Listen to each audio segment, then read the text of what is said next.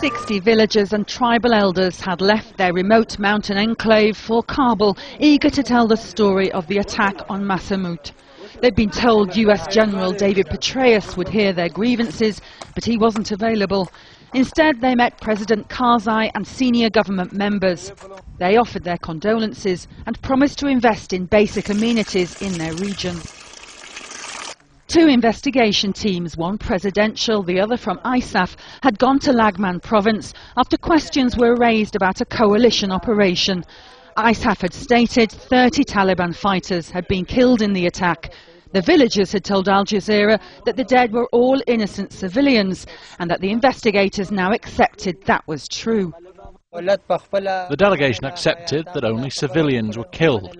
The government official and the governor inspected the scene and said there were no Taliban.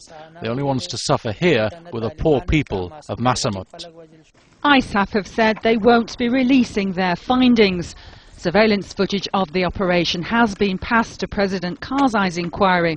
We've been told it shows some locals carrying weapons running from the village. This is normal in Afghanistan, even in Kabul, as every house has a gun.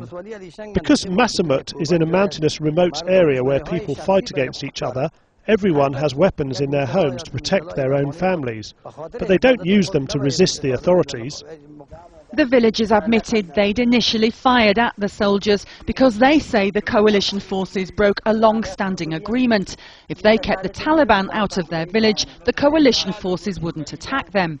A compensation offer to each bereaved family was rejected.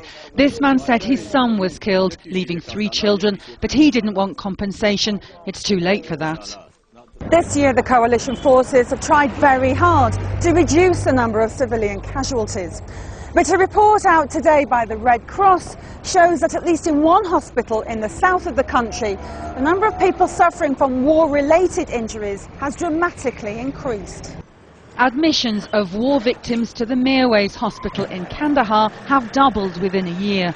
The Red Cross didn't just include those suffering from gunshot or shrapnel wounds, but also children who caught TB or tetanus because the fighting meant they couldn't be vaccinated, or women who died in childbirth because they couldn't get medical help.